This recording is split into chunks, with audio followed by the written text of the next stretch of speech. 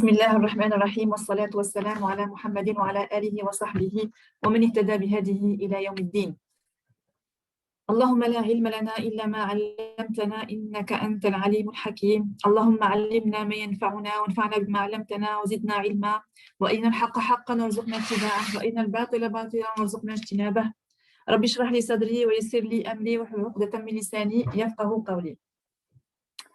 Assalamu alaikum wa rahmatullahi wa barakatuh, mes chères sœurs. Nous voici au deuxième cours de la méditation de Sourate Al-Hujurat. Et on avait vu la dernière fois pratiquement les versets de Sourate Al-Hujurat globalement, de quoi Sourate Al-Hujurat, c'était quoi le sujet de Sourate Al-Hujurat, etc., l'objectif et les différents sujets. Et on a dit que Sourate Al-Hujurat est une sourate qui est médinoise et qui est l'introduction de Al-Mufassal. Al-Mufassal, ce sont les sourates qui vont de Sourate Al-Hujurat à An-Nas, et qu'il a plusieurs causes de révélation qu'on va détailler petit à petit en fonction de chaque des versets. Vous allez voir. Et l'époque où Sourate Al-Hujurat a été révélée, c'est ce qu'on appelle Am al-Wufud. C'est l'année où des groupes de gens entraient en islam, embrassaient l'islam. L'objectif de Sourate Al-Hujurat institue les valeurs de la société musulmane et avertit contre les vices. Les sujets traités dans Sourate Al-Hujurat sont les bases de la constitution de la société musulmane, la bonne conduite avec Allah Azza wa Jal. Et aujourd'hui, Inch'Allah, on va développer notre connaissance d'Allah Azza wa Jal. Et pourquoi est-ce qu'on doit bien se conduire avec Allah Azza wa Jal, la bonne conduite avec le prophète sallallahu alayhi wa sallam, la bonne conduite avec les savants et les leaders de la Ummah. Elle parle de l'autocritique, du repentir, de la bonne conduite avec l'information reçue, comment on se comporte avec une information reçue, le bon comportement avec le partage aussi des informations. Elle parle également de l'embellissement des bonnes œuvres pour le croyant et l'enlaidissement des mauvaises. Elle parle également de la vérité des bien dirigés. Qui sont-ils? Elle nous développe.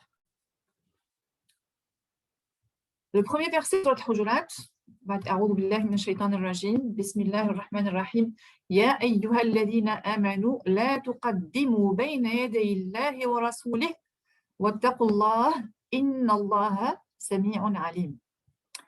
Traduction rapprochée du verset. Ô vous qui avez cru, ne devancez pas Allah et son messager. Et craignez Allah, Allah est audient et omniscient.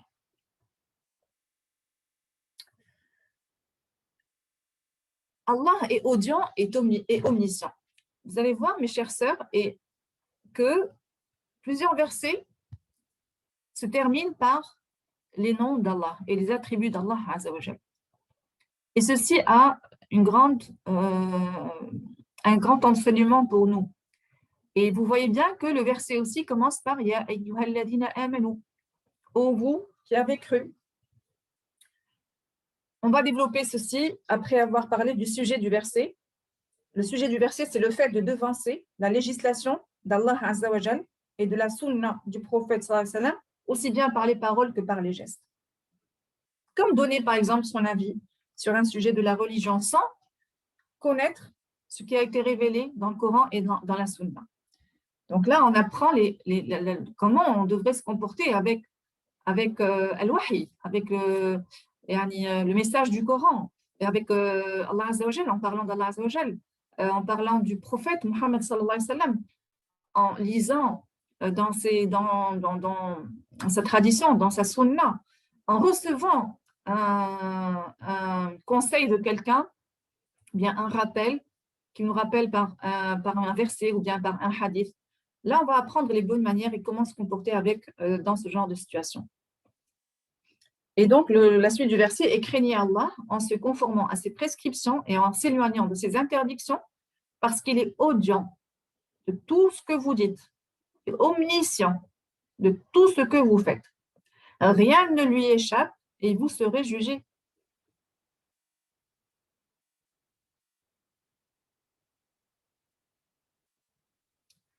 La cause de la révélation de ce verset, un récit rapporté par Ibn Abi Mulaïka raconte l'arrivée d'un groupe de cavaliers de Bani Tamim venus rencontrer le prophète sallallahu alayhi wa sallam. Les deux compagnons, Abu Bakr et Omar, étaient présents et Abu Bakr leur proposa de désigner Al-Qaqa ibn Mabad comme chef. Omar, radiallahu anhu, était d'un autre avis, il avait refusé cette proposition et a proposé à son tour Al-Aqra ibn Habs comme chef. Alors, Abu Bakr radiallahu anhu s'était énervé, il n'était pas d'accord et les deux hommes se sont disputés à haute voix en la présence du prophète sallallahu alayhi wa sallam. Et suite à cet événement, le premier verset de cette sourate fut révélé: ô vous les croyants, ne devancez jamais les décisions de Dieu et de son messager. Qu'est-ce qu'on comprend de cette cause de révélation? Vous savez que les deux compagnons, éminents compagnons, Abu Bakr et Omar, radiallahu anhum, sont parmi les meilleurs hommes sur terre après le prophète sallallahu alayhi wa sallam, et qu'ils étaient parmi les 10 compagnons qui ont eu la bonne nouvelle d'être parmi les gens du paradis. Et avec ça, vous voyez que lorsqu'ils ont élevé la voix en la présence du prophète sallallahu alayhi wa sallam, regardez le verset qui a été descendu et imaginez-vous un petit peu si on se met à leur place. On se met à la place des compagnons à l'époque du prophète sallallahu alayhi wa sallam, et lorsqu'on fait une chose ou un acte, une parole, un geste, un verset descend pour nous éduquer. Il faut savoir qu'après ce verset-là, après Sayyidina Abu Bakr, quand il parlait en la présence du prophète sallallahu alayhi wa sallam, on arrivait à peine à entendre ce qu'il disait. Donc, et ceci jusqu'à sa mort.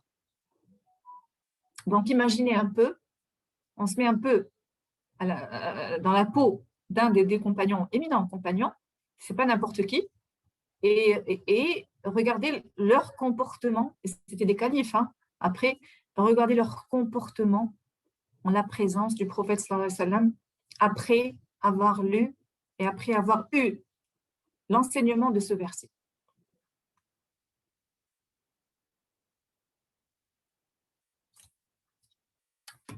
Quelle est la relation entre la foi et le fait de devancer Allah Azza wa Jal et son messager? Tout d'abord, c'est quoi la foi?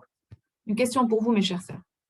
J'aimerais vous écouter, vous entendre à propos de la foi. C'est quoi la foi? Avoir la foi.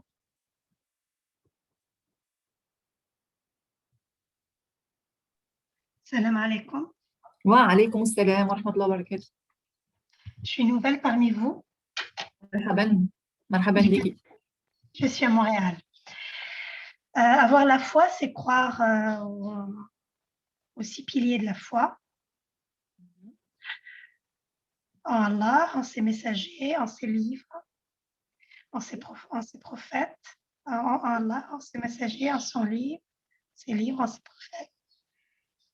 Au jour de la résurrection, le destin bon ou mauvais.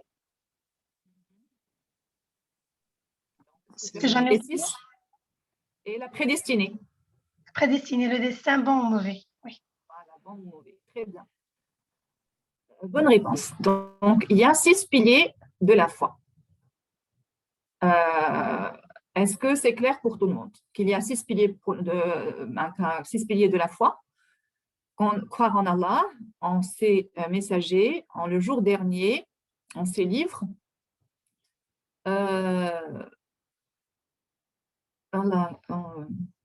en ses anges et en la prédestinée bonne ou mauvaise. Très bien.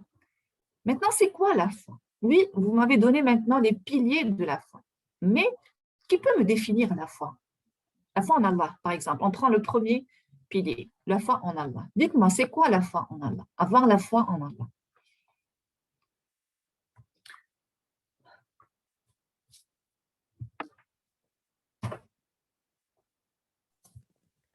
Salam alaikum. Wa alaykum salam. J'entends pas très bien, Souad. Tu peux élever la voix? Ça va mieux là? Oui, mieux. Oui. C'est la croyance ferme en l'invisible, en fait, en Allah et en l'invisible, tout ce qu'on ne voit pas. Ça, c'est la croyance en l'invisible. C'est pas la croyance en Allah. Moi, je parle de la croyance en Allah. Azza wa Jal. Souad me dit croire comme si tu le voyais, car si tu le voyais, ça c'est darajat al-ihsan. Ça c'est l'étape, le degré de la bienfaisance. Vous savez qu'il y a 3 degrés en islam. Il y a l'islam, il y a l'iman, l'islam avec les 5 piliers, il y a l'iman avec les 6 piliers et il y a al-ihsan. Et al-ihsan, c'est la bienfaisance, c'est croire en Allah comme si tu le voyais, car si tu ne le vois pas, lui, il te voit. Maintenant, dites-moi, le premier pilier de la foi, c'est quoi? Croire en Allah. Croire en Allah seul et ne rien lui associer. D'accord. Quoi d'autre? Ça, on le sait. L'unicité, d'accord. Souad, tu t'approches. C'est quoi l'unicité?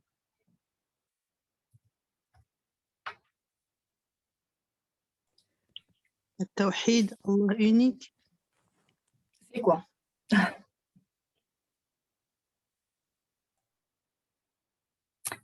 Alhamdoulilah, j'ai bien fait, j'allais passer sur ça, mais je me suis dit, je pense que c'est basique et on est au mois de Ramadan, le mois de l'apprentissage, de l'élévation de la foi.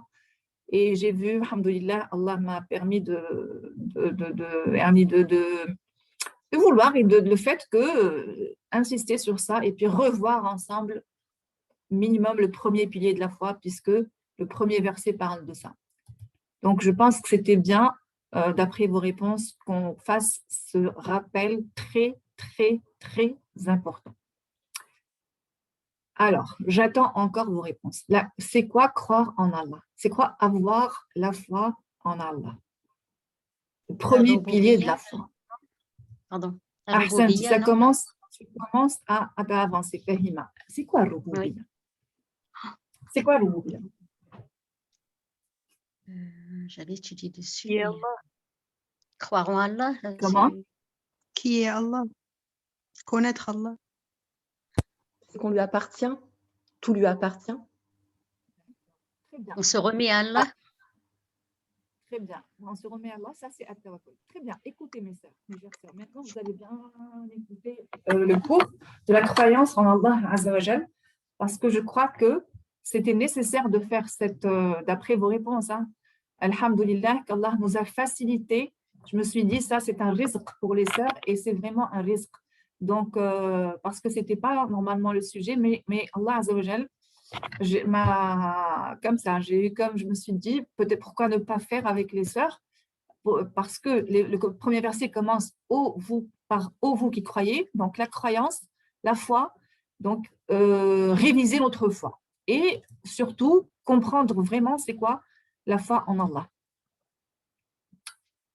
Elle me dit la foi, là ça c'est l'iman. Aïcha, tu me donnes la définition de l'iman. C'est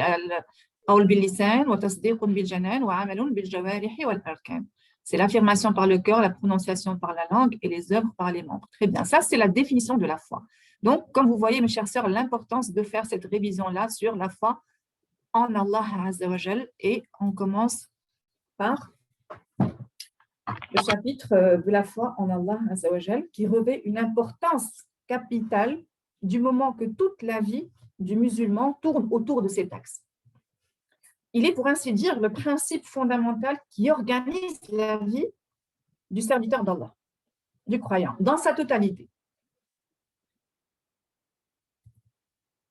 La croyance en Allah Azza wa Jal signifie l'intime conviction en son existence et qu'il est le créateur des cieux et de la terre, le connaisseur du monde perceptible et du monde imperceptible. C'est quoi le monde perceptible et le monde imperceptible? Alimul ghaibi wa shahada. Le monde perceptible, c'est le monde qu'on voit, en notre présence, ce qu'on voit en notre présence, ce dont on est témoin, ça c'est alim al-shahada. Et le monde imperceptible, alim al-ghaib, comprend tout ce qui est absent, qui est hors de la portée de la perception et de la connaissance humaine, tels que le passé lointain, le futur, les mondes parallèles, le ciel, etc. Des choses que nous ne voyons pas avec nos sens, avec nos yeux. Le Seigneur, Allah Azza wa Jal, c'est le souverain absolu. C'est l'unique Dieu et Seigneur parce qu'il possède les attributs de la perfection, qu'il est, de par sa transcendance, exemple de vice et de défaillance. Cette foi est essentiellement une faveur divine. Elle trouve néanmoins son fondement dans les arguments rationnels et scripturaires, ça veut dire à partir du Coran. On va commencer par les arguments pris du Coran. Donc, le premier pilier de la foi, on a dit la connaissance en lettres d'Allah Azza wa Jal. Et voici les preuves du Coran. La première preuve, c'est le verset 54 de Surat Al-A'raf. Votre Seigneur, c'est Allah, qui a créé les cieux et la terre en 6 jours. Puis s'est établi, istawa ala al-arsh, il s'est établi sur le trône. Il couvre le jour de la nuit qui poursuit celui-ci sans arrêt. Y a-t-il un jour où on se réveille et on se dit le soleil ne va pas se lever? Jamais. Donc, c'est Allah Azza wa Jal qui fait que le soleil se lève chaque jour. Il a créé le soleil, la lune et les étoiles, soumis à son commandement. La création et le commandement n'appartiennent qu'à lui. Toute gloire à Allah, Seigneur de l'univers. Également, le Sayyidina Moussa, alayhi salam, Allah Azza wa Jal l'appela dans la rive occidentale de la vallée sacrée de Toua. Puis, quand il y arriva dans Surat Qasas, verset 30, puis, quand il y arriva, on l'appela du flanc droit de la vallée, dans la place bénie, à partir de l'arbre. Ô Mu'azz, c'est moi, Allah, le Seigneur de l'univers. Ô Moussa, Moïse en français, c'est Moussa. Ô Moussa, c'est moi, Allah, le Seigneur de l'univers.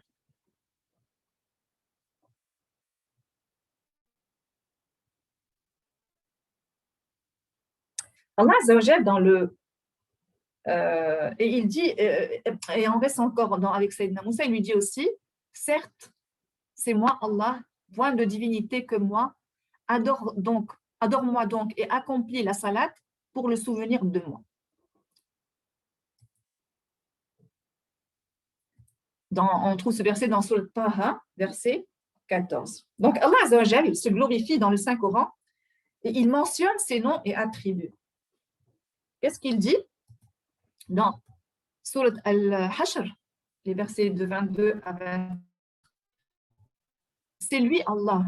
Bien sûr, je suis en train de vous lire les traductions rapprochées du verset, hein, mais pour faire vite, je ne vais pas citer tous les versets en arabe. Vous pouvez revenir après les lire en arabe. Donc, je vous lis juste les traductions. C'est lui Allah, nulle divinité autre que lui, le connaisseur de l'invisible, tout comme du visible.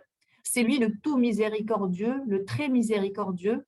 C'est lui, Allah, nulle divinité que lui, le souverain, le pur, l'apaisant, le rassurant, le prédominant, le tout-puissant, le contraignant, l'orgueilleux. Gloire à Allah, il transcende ce qu'il lui associe. C'est lui, Allah, le créateur, celui qui donne un commencement à toute chose, le formateur, à lui les plus beaux noms. Tout ce qui est dans les cieux et la terre le glorifie, et c'est lui le puissant, le sage. Il dit aussi en se louant, dans Surat Al-Fatiha, louange à Allah, Seigneur de l'univers, le tout miséricordieux, le très miséricordieux, maître du jour de la rétribution. Et dans son discours adressé aux musulmans, qu'est-ce qu'il dit? Il dit dans Surat Al-Mu'minun, verset 52, cette nation est la vôtre est une seule cette communauté est la vôtre et c'est une seule communauté, tandis que je suis votre Seigneur. Craignez-moi donc.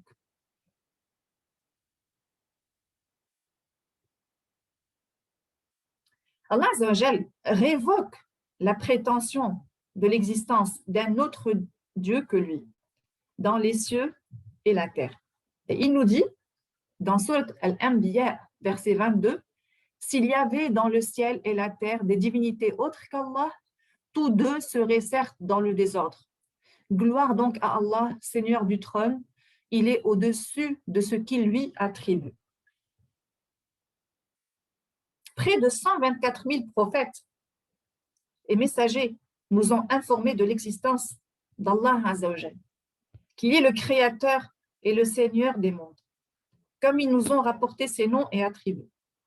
Et à chacun d'entre eux, Allah Azza wa Jal avait soit adressé la parole directement, comme avec Moussa alayhi salam, comme on vient de le voir, soit envoyé un ange lui transmettre la révélation, comme le cas du prophète Mohammed sallallahu alayhi wa sallam et de la majorité des prophètes, soit inspirer sa parole.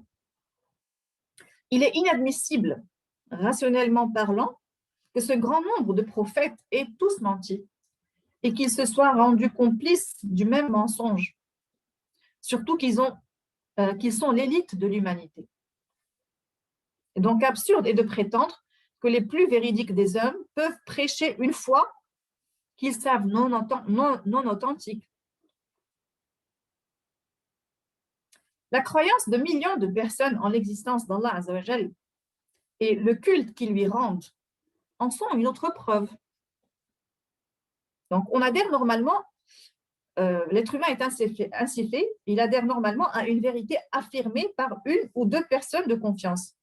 Qu'en est-il alors qu'il s'agit d'un nombre considérable d'individus qui adhèrent à une foi admise par la raison et s'accordent, non seulement elle est admise par la raison, mais aussi elle s'accorde avec la nature humaine. Et une large multitude de savants, dans tous les temps, ont affirmé l'existence d'Allah Azza wa Jal, ses noms et attributs, sa souveraineté absolue, son omnipotence, et c'est sur cette base qu'ils lui ont rendu un culte exclusif et qui lui ont voué soumission et qui lui ont témoigné leur amour. Maintenant, on a vu des preuves tirées du Coran, on va prendre les preuves qui sont rationnelles.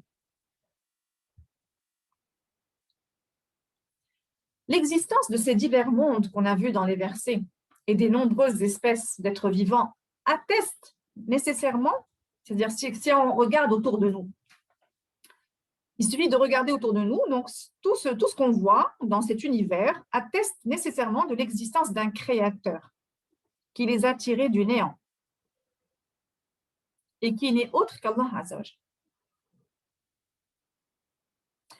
Au fait, nul au monde en dehors d'Allah Azza wa Jal ne prétend être le créateur de l'univers. Par ailleurs, la raison humaine ne peut admettre qu'une chose existe par elle-même, aussi insignifiante soit-elle, c'est-à-dire qu'elle existe du néant à l'existence. On peut créer des choses. Maintenant, on est dans l'époque de la technologie, on crée. Il y a des créés. C'est vrai que, fabriquer plutôt, je veux dire fabriquer, mais créer, c'est propre à Allah Azza wa Jal. Créer veut dire sortir du néant à l'existence, quelque chose qui n'avait pas d'existence auparavant et qui ensuite devient existant. C'est propre à Allah Azza wa Jal. Et là, la sœur qui avait dit Rububiyya, là, on est en train d'expliquer Ar-Rububiyya. On fabrique, Naam, et Allah crée.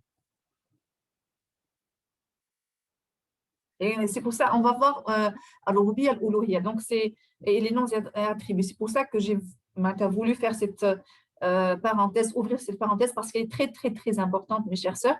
On aura toujours à lire vous qui croyez, Ya ayyuhalladhina amanu, et donc les piliers de la foi, on doit les connaître comme ça doit être quelque chose de très, très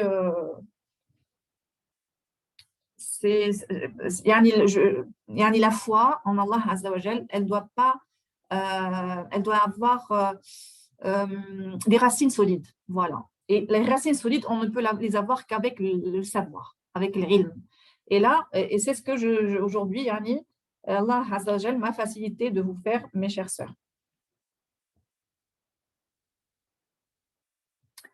Quand on voit les galaxies, les astres et les planètes, dont le volume, les masses, les distances respectives et les trajectoires sont réglés avec une précision infinie et une merveilleuse harmonie, qui c'est qui a fait tout ça? C'est Allah Azza wa Jal. Et les êtres vivants qui peuplent la terre, les humains, les djinns, attention vos micros, les humains, les djinns, les animaux, et avec leur diversité de couleurs, de langage et de niveau de perception, de l'intelligence. Qui c'est qui a créé tout ça? C'est Allah Azza wa Jal. Les cours d'eau qui sillonnent les surfaces terrestres et les mers des océans, la végétation. C'est-à-dire à chaque fois qu'on pose notre regard sur quelque chose de cet univers formidable, on se rappelle que le créateur de toute cette beauté, c'est Allah Azza wa Jal. La parole d'Allah Azza wa Jal que nous pouvons lire et méditer à volonté constitue une autre preuve de l'existence d'Allah Azza wa Jal. Donc le Coran lui-même, que nous sommes en train de méditer ensemble, mes chers sœurs, est une preuve de l'existence d'Allah Azza wa Jal en raison de la perfection de la loi qu'il comporte et qui assure le bien de l'humanité. Si une personne souhaite le bonheur seulement dans la vie ici-bas, n'a qu'à suivre tout ce qu'il y a dans le Coran. Parce que c'est Allah Azza wa Jal qui l'a créé et c'est Allah Azza wa Jal qui a fait descendre dans le Coran sa manière de faire, comment il fonctionne et les choses qu'il devrait faire pour atteindre la félicité. Si la personne juste veut la félicité de la vie ici-bas, on ne parle pas des croyants qui cherchent la félicité de la vie ici-bas et dans l'au-delà. Bien sûr, ceux-là vont être gagnants aussi bien dans la vie ici-bas que dans l'au-delà. Donc, et les lois du Coran ont prouvé leur validité en dépit du temps et du lieu. Vous savez que chaque année, on voit des scientifiques qui embrassent l'islam parce qu'ils ont trouvé, ils ont fait des découvertes et que les musulmans leur disent, nous, on a ça dans le Coran. Et quand ils vont voir le verset, ils trouvent que oui, c'est vrai que dans le Coran, donc ça existait déjà. Et donc là, ils embrassent l'islam. Chaque année, on en voit. Donc, et ça c'est parmi les miracles du Coran, ce sont les miracles scientifiques du Coran.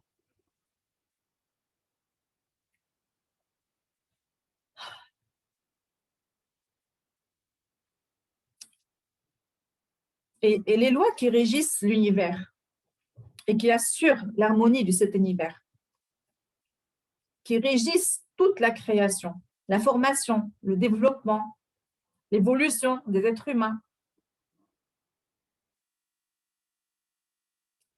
L'un, par exemple, au cours de son développement, commence par être une goutte gluante de sperme adhérant à l'utérus. Seule la volonté d'Allah Azza wa Jal intervient au cours de ces stades au bout desquels l'homme acquiert une constitution parfaite.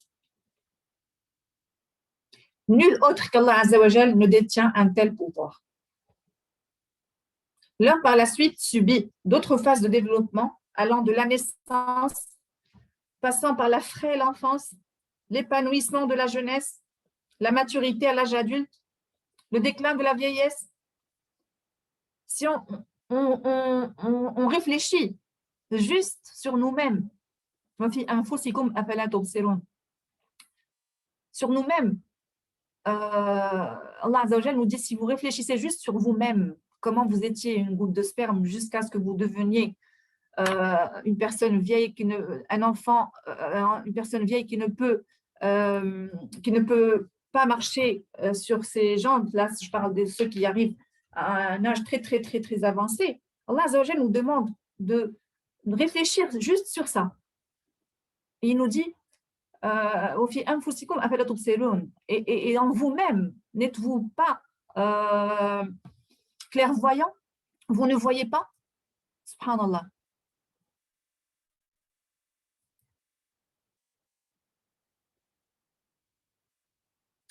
Le règne animal et végétal, de même que le monde de la matière inerte, sont gérés par les mêmes lois générales auxquelles ils sont tous soumis et forment ainsi un système cohérent et ordonné. Imaginez un peu que cet ordre vient à se rompre. C'est un désastre. Vous savez que si le Soleil, scientifiquement prouvé, se rapproche d'1 millimètre, la Terre entière brûlera. Et si il s'éloigne juste d'1 millimètre, la Terre entière gèlera. Subhanallah. Yani, tous les matins, on se réveille et c'est comme si c'était quelque chose d'acquis. Ce sont des bienfaits d'Allah Azza wa Jal que nous vivons tous les jours, que nous regardons tous les jours, mais, subhanallah, euh, on oublie, on est yani, on n'est pas éveillé. C'est comme si on dort, on n'est pas là, on fait les choses automatiquement, on ne réfléchit pas, on ne prend pas une seconde pour louer Allah alhamd de tout ce qu'il nous a donné. On est souvent dans nos pensées, dans le passé ou dans le futur. Oui, Souad, non seulement contempler, mais aussi vivre l'instant présent. Si on vivait l'instant présent, on serait heureux. Pourquoi? Parce qu'on serait des gens qui font les louanges toutes les secondes, tous les jours à Allah Azza wa Jal, de tout ce qu'il nous a donné comme santé, comme bien-être, etc. Donc, sur la base de ces preuves du Coran et ces preuves rationnelles se fonde la croyance, la foi du musulman en Allah Azza wa Jal, en sa souveraineté absolue et en sa divinité de toute éternité. Cette foi, mes chères sœurs, est le principe qui régit la vie du musulman dans tous ses aspects.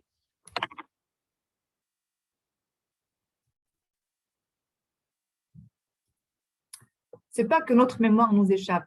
Nous sommes dans ce qu'on appelle al-ghafla. Nous sommes al-ghafla, c'est on est là avec nos corps, mais notre esprit est ailleurs. C'est ça, c'est Hassan et Delphine, c'est ça, comme les enfants. C'est merveilleux parce que si on reste dans cet état-là, dans nos pensées, l'esprit pas présent, on est présent juste par le corps, mais on n'est pas là spirituellement, dans le moment présent. Et c'est très grave pour le musulman, parce qu'il peut mourir dans un état où il n'est pas dans un état de conscience, il n'est pas dans un état d'éveil, et donc il peut être en plein péché. C'est pour ça que lorsqu'on est en plein éveil, on ne peut pas être distrait, parce que on est là, on sait très bien ce qu'on fait, on sait très bien ce qui est bon à faire, ce qui est mauvais à faire, on sait très bien qu'on choisit de faire le bien ou le mal, on sait très bien, on fait rien on fait rien inconsciemment, voilà. Mais si maintenant on réfléchit sur notre vie, mes chères sœurs, vous verrez qu'on fait tout inconsciemment. Même la conduite, on peut conduire d'une ville à une autre ville inconsciemment. On est dans nos pensées. Et c'est ainsi qu'il est fait, que l'homme est fait.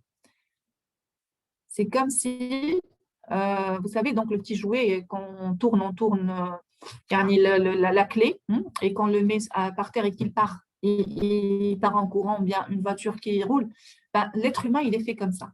Si son inconscient peut le programmer, si on a quelque chose qu'on fait tous les jours de la même manière, ou bien on fait un trajet tous les jours de la même manière, et bien ça devient automatique. Et on passera la majorité de ce temps-là. Moi, il m'est arrivé de conduire d'une ville à une autre ville, et je me réveille que lorsque je suis déjà arrivée à l'autre ville. J'étais tellement dans mes pensées. Et c'est très mauvais. Ça nous arrive à toutes, mes chères sœurs. C'est très, très mauvais. Donc, prenez le temps, prenez le temps d'être toujours éveillé. S'il y a quelque chose à apprendre pendant ce mois de Ramadan, c'est tout d'abord de profiter de chaque seconde, chaque minute, parce que ce sont des minutes,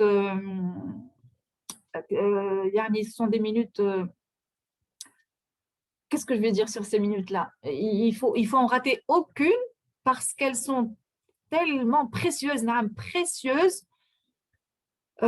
qu'il faut en tirer le maximum. Et augmenter en dua, Allahumma innaka afuwun tuhibbul afwa fa'fu anna. Comme ça, on va sortir de Ramadan avec une nouvelle page, une page vierge.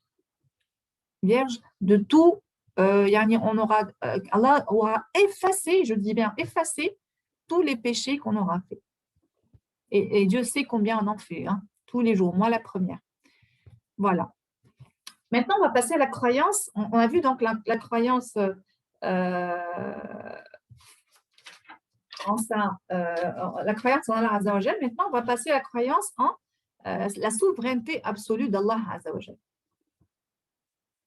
Ar-Rububiyya, la sœur qui a parlé de Ar-Rububiyya. Maintenant, on va prendre les preuves. La foi du musulman donc, est certaine quant à la souveraineté absolue et exclusive d'Allah Azza wa Jal sur l'univers. Cette foi est essentiellement un don d'Allah Azza wa Jal. C'est un bienfait. Cependant, elle s'appuie sur des preuves d'ordre du Coran et rationnel aussi. Donc, maintenant, on prend Allah Azza wa Jal déclare par lui-même sa souveraineté absolue sur la création dans le verset 2 de Surat Al-Fatiha, puisqu'il se fait des louanges à lui-même. Il dit louange à Allah, Seigneur des univers. Et il proclame aussi sa souveraineté absolue en disant, dans Surat Ar-Ra'd, verset 16, dit qui est le Seigneur des cieux et de la terre. Dit Allah, dit et prendrez-vous en dehors de lui des maîtres qui ne détiennent pour eux-mêmes ni bien ni mal? Dit, sont-ils égaux l'aveugle et celui qui voit? Ou sont-elles égales les ténèbres et la lumière?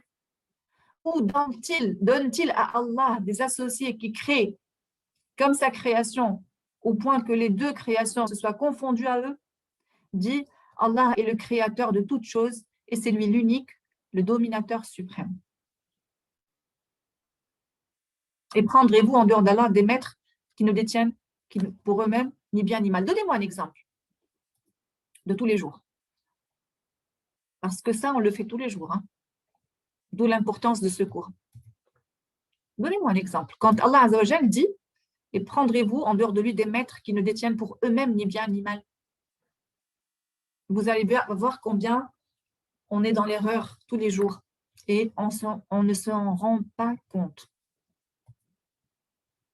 Donc, chaque fois que vous lisez « Ya ayyuhalladina amanu », rappelez-vous le cours d'aujourd'hui, mes chers sœurs. Parce qu'Allah Azza wa Jal parle aux croyants. Et nous, on est des croyants. On croit en qui? En lui qui est en train de nous parler à travers les versets du Coran. Donc, quand il dit ici dans ce verset « Et prendrez-vous en dehors de lui des maîtres qui ne détiennent pour eux-mêmes ni bien ni mal », donnez-moi un exemple.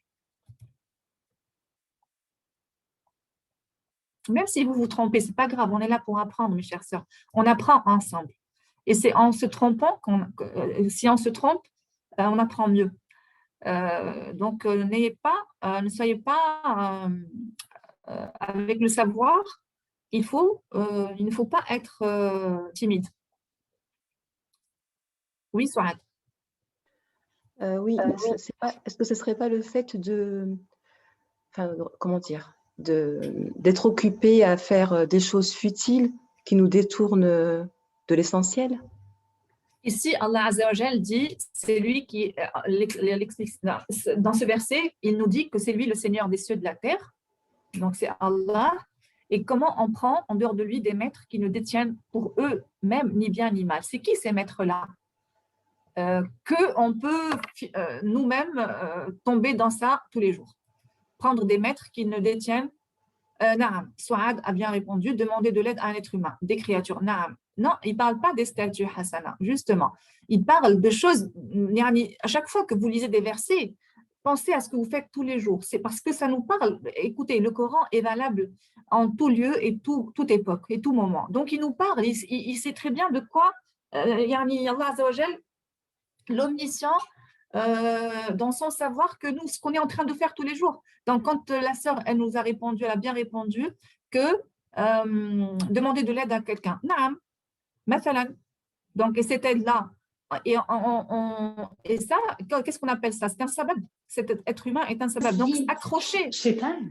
Le shaitan. Non,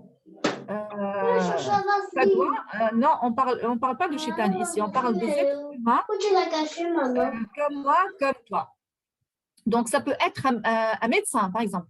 Un médecin qui nous donne un médicament et on est guéri et qu'on ne retrouve pas, par exemple, une autre fois, et notre cœur est tellement attaché à ce médecin, on dit que c'est lui qui nous a guéris. Ce n'est pas Allah Azza wa Jal. On oublie que c'est Allah Azza wa Jal qui a fait que ce médecin a été juste un intermédiaire, un sabab, une cause pour qu'Allah Azza wa Jal me guérisse. Donnez-moi un autre exemple dans ce sens-là. On a pris l'exemple donc d'un médecin avec son patient. Le traitement. Allah al-Shafi, c'est Allah le guérisseur, c'est lui qui guérit. À travers qui? À travers ce médecin. Donc, il ne faut plus accrocher son cœur au sabab, à la cause. Le cœur doit être attaché à Allah Azza wa Jal. C'est lui qui a fait que je sois guéri. Hassana, bravo, un employeur. Ahsanti. L'employeur, on s'imagine que c'est lui qui est la source de notre rizq. C'est lui qui nous paye, c'est lui qui nous donne à manger. Quand on prend notre salaire, c'est pas avec ce salaire-là qu'on va aller acheter à manger. Alors que c'est Allah Azza wa Jal al-Razzaq. C'est lui qui nous al-Razzaq. Alors en français, al-Razzaq, le pourvoyeur, c'est ça? Celui qui va, c'est Allah Azza wa Jal. C'est lui qui nous rétribue, non, la subsistance. C'est celui qui va nous donner la subsistance. Donc, au fait, ce n'est pas l'employeur qui m'a donné la subsistance, mais c'est Allah Azza wa Jal qui me l'a donné à travers cette personne-là. Vous voyez combien on est dans l'erreur et on ne le sait pas. Donc, de l'importance toujours de rafraîchir sa foi et toujours rendre tout à Allah Azza wa Jal. Qui me guérit, c'est Allah Azza wa Jal. Ce n'est pas le paracétamol que je prends qui m'enlève la céphalée, la douleur de la tête. Qui a mis au monde mon bébé, ce n'est pas le gynéco, c'est Allah Azza wa Jal qui a fait que, avec comme sabab le gynécologue et mon fils, ou ma fille, est venu au monde. Qui c'est qui me donne mon salaire? C'est Allah Azza wa Jal qui a fait que cet employeur est un sabab, est une cause pour que j'ai cet argent-là pour ma subsistance, etc. Et prendrez-vous en dehors de lui des maîtres qui ne détiennent pour eux-mêmes ni bien ni mal. Le médecin lui-même peut tomber malade et peut mourir. L'employeur lui-même peut s'appauvrir. Donc, c'est Allah Azza wa Jal le seul qui détient tout le monde, tout l'univers. C'est lui qui le gère. Et quand c'est lui qui décide que je guérisse par ce médicament, eh ben, c'est lui qui a décidé. Et regardez maintenant le corona, mes chères sœurs, à l'époque du corona. Autour de nous, toutes, on a vu des gens très malades. On a vu des gens vieux et qui sont tombés malades et qui ne sont pas morts. On a vu des gens jeunes qui sont tombés malades, qui sont morts. On a vu, les médecins sont impuissants devant ce virus. Parce que tous les jours, il vient avec des symptômes différents. Il change tellement que les médecins n'ont pas un protocole à suivre avec et d'ailleurs, je vous invite, mes chères sœurs, à faire le vaccin. Je vous parle en connaissance de cause puisque c'est mon domaine. Maintenant, donc c'était juste une parenthèse. Et vous dire que le corona, c'est un signe d'Allah Azza wa Jal. Réfléchissons aussi sur tout ce qui se passe dans cette époque du corona. Ce n'est pas par hasard que tout ce qui se passe et que le monde en entier est impuissant devant ce petit virus-là, ce virus qui est invisible à l'œil nu. Raïb. Ou donne-t-il à Allah des associés qui créent comme sa création au point que les deux créations se soient confondues à eux? Dit Allah est le créateur de toutes choses et c'est lui l'unique, le dominateur suprême. Donc là, on parle de Ar-Rububiyya. D'accord? La souveraineté absolue d'Allah Azza wa Jalla.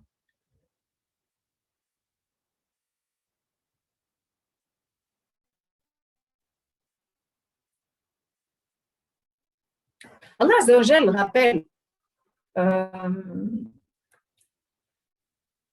aux humains le pacte par lequel ils reconnurent sa souveraineté absolue, notamment sur eux-mêmes, et qui les engagea à lui vouer le culte exclusif, sans lui associer rien ni personne. Ce pacte est conclu avec lui pour qu'il il est conclu alors qu'il n'était encore que semence dans les reins de leurs ancêtres. Est-ce que qui connaît le verset? Dans quelle sourate ce verset-là? Le verset où Allah Azza wa Jal nous parle du pacte qu'il a fait avec les êtres humains alors qu'ils n'étaient que semences dans les reins de leurs ancêtres. Et ils se sont engagés à lui vouer un culte exclusif. C'est-à-dire que nous, toutes ici, et tous les êtres humains ont donné à Allah Azza wa Jal un pacte. Ils ont conclu un pacte avec Allah Azza wa Jal. Et ce pacte est de lui vouer un culte exclusif, et ceci lorsque tous les êtres humains n'étaient que semences dans les reins de leurs ancêtres. Il y a un verset qui prouve ceci. Est-ce que vous le connaissez? C'est le verset 172 de Sourate Al-A'raf. Et quand ton Seigneur tira une descendance des reins des fils d'Adam et les fit témoigner sur eux-mêmes, ne suis-je pas votre Seigneur? Ils répondirent oui, mais si nous en témoignons, afin que vous ne disiez point au jour de la résurrection, vraiment, nous n'y avons pas fait attention. Rappelez-vous très bien de ce verset. Et c'est pour ça qu'on dit que Al-Fitra, la saine nature de chaque être humain, est de vouer un culte exclusif à Allah. Et l'islam. Chaque être humain est musulman. Vous connaissez le hadith qui dit que chaque être humain naît musulman, et ce sont ses parents qui le rendent juif ou le rendent chrétien ou le rendent athée. Ben c'est bien. On a fait, donc aujourd'hui, vous avez eu, Inch'Allah, alhamdoulilah, des connaissances. Bon, c'était un risque pour vous d'Allah Azza wa Jal.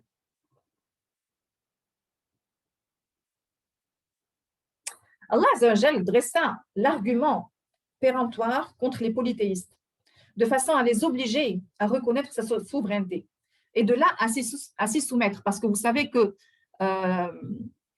lorsque le message d'Allah est descendu sur le prophète sallallahu alayhi wa sallam, c'était à l'époque des Quraysh, et les Quraysh étaient des polythéistes, d'accord?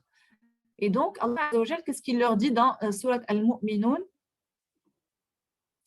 verset 86-87, dit: qui est le Seigneur des sept cieux et le Seigneur du trône sublime? Ils diront: ils appartiennent à Allah. Dit: ne craignez-vous donc pas? Donc même les polythéistes savaient qu'il y a un créateur, il y a un Seigneur, Rabb, il y a un souverain qui a créé les cieux, la terre, le trône sublime. Ils le savaient très très bien.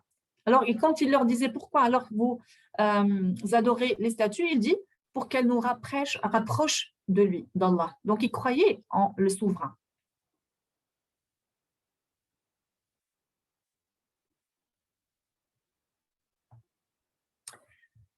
Les messagers et les prophètes avaient annoncé, attesté et reconnu la souveraineté absolue d'Allah Azza wa Jal.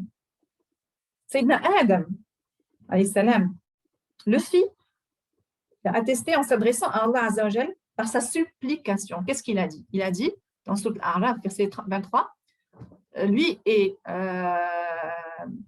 son épouse, Hawa, tous deux dirent, quand ils sont tombés dans le péché, ils dirent, ô notre Seigneur, nous avons fait du tort à nous-mêmes. Et si tu ne nous pardonnes pas et ne nous fais pas miséricorde, nous serons très certainement du nombre des perdants. Donc là, il a attesté de Rububiyyat Allah Azza wa Jal.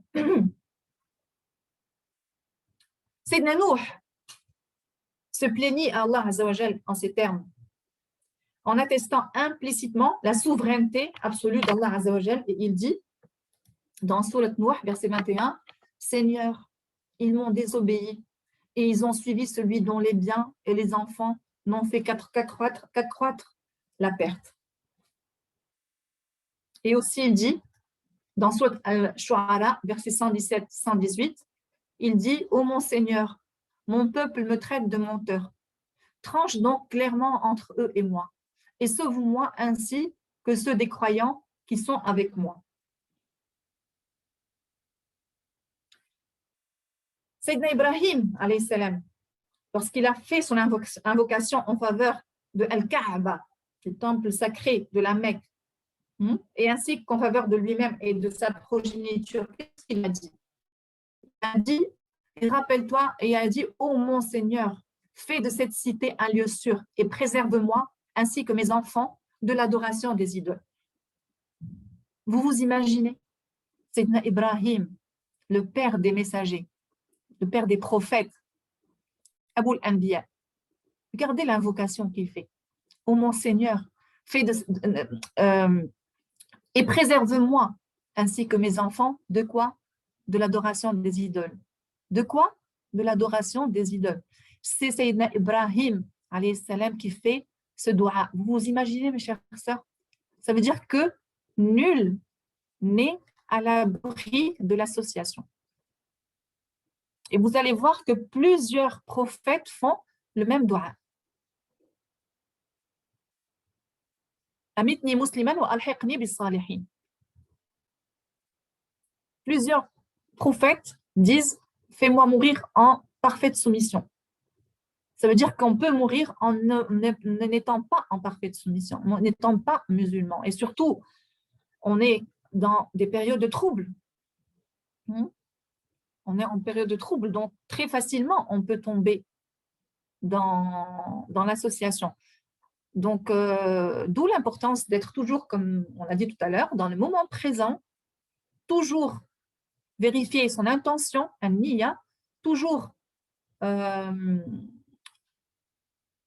observer son cœur, voir où il en est avec tawhid al-rububiyya, avec sa foi en la seigneurie d'Allah Azza wa Jal.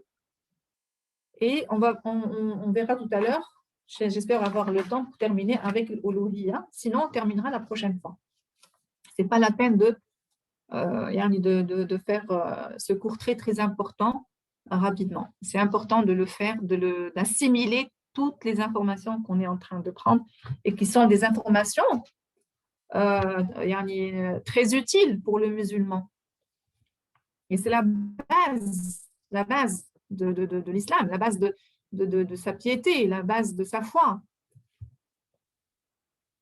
la base de toutes les adorations. Si notre foi est bonne, elle est bien enracinée, ça va se répercuter après sur nos adorations, ça va se répercuter sur nos comportements. Sourate Al-Hujurat est une sourate qui parle du bon comportement. On ne peut acquérir un bon comportement qu'en ayant une foi bien enracinée.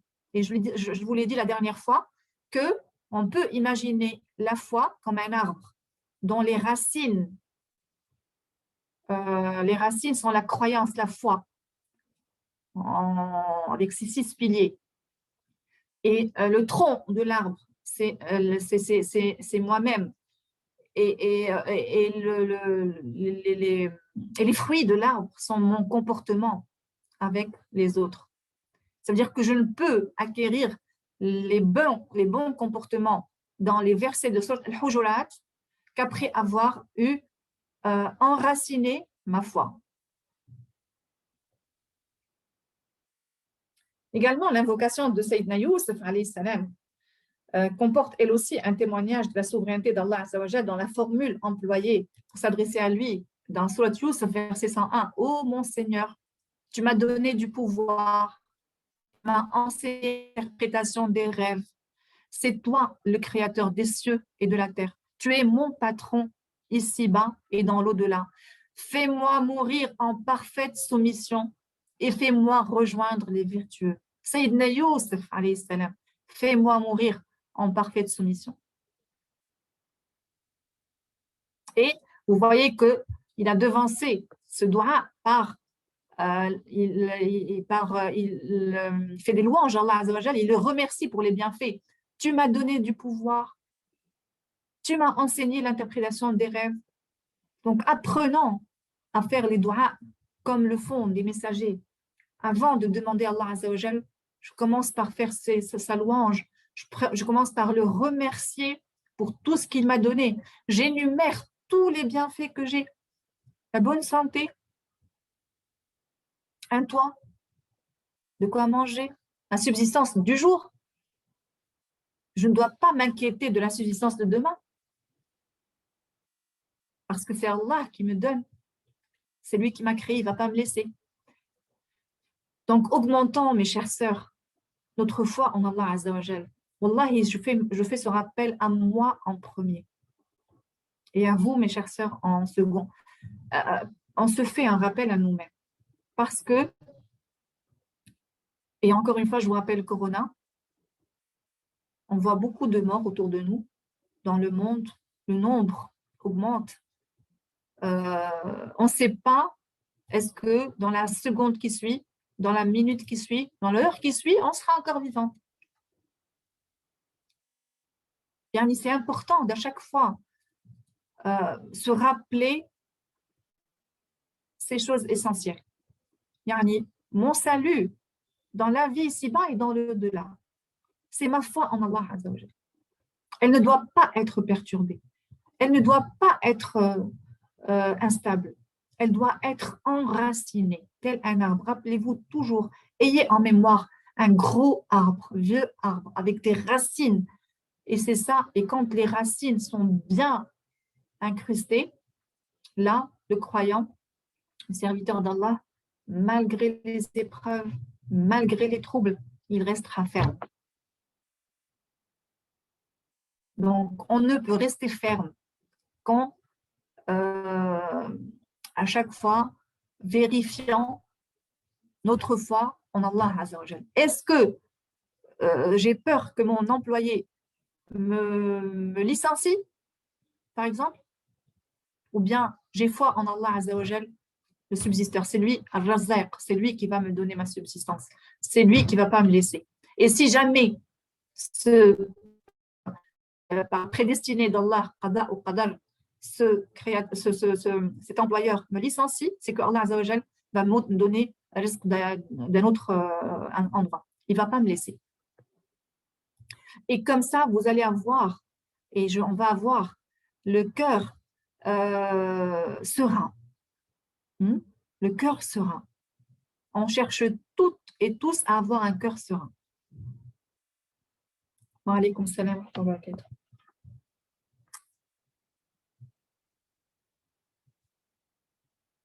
Sayyidina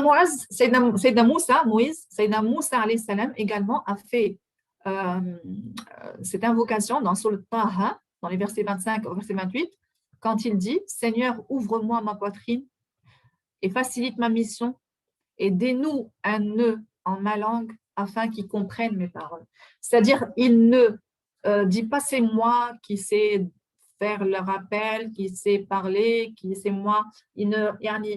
Tout ce qu'il a eu comme argument avec Pharaon, c'était il le ramène à Allah azza wa jalla.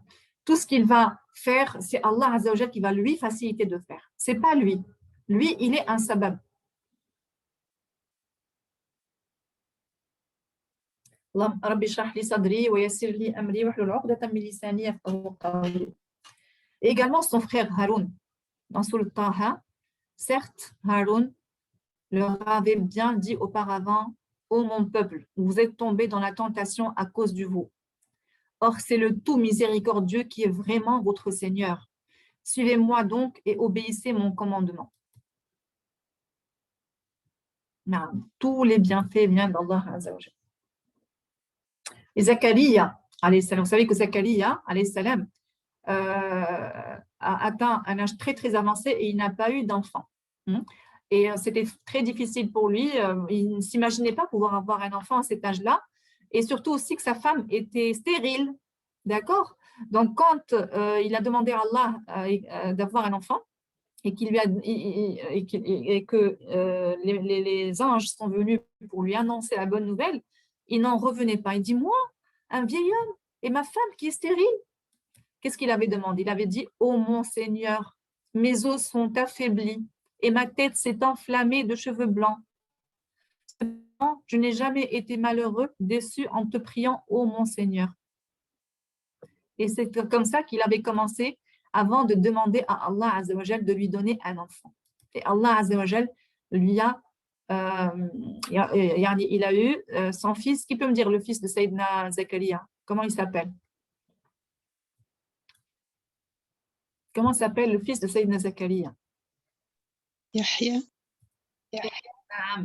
Yahya. Donc, il lui a donné Sayyidina Yahya avec dans un âge très avancé et malgré que sa femme soit stérile. Il nous reste quelques... on a bientôt terminé. La prochaine fois, on verra les croyances en la divinité sempiternelle d'Allah, c'est Al-Uluhiyya, c'est Tawhid Al-Uluhiyya et Asma al-Sifat, et on les verra la prochaine fois, Inch'Allah. On s'arrête ici. Et la prochaine fois, on va terminer avec l'épreuve rationnelle de Ar-Rububiyya. Subhanakallahumma wa bihamdik, nashhadu an la ilaha illa ant, nastaghfiruka wa natubu ilayk.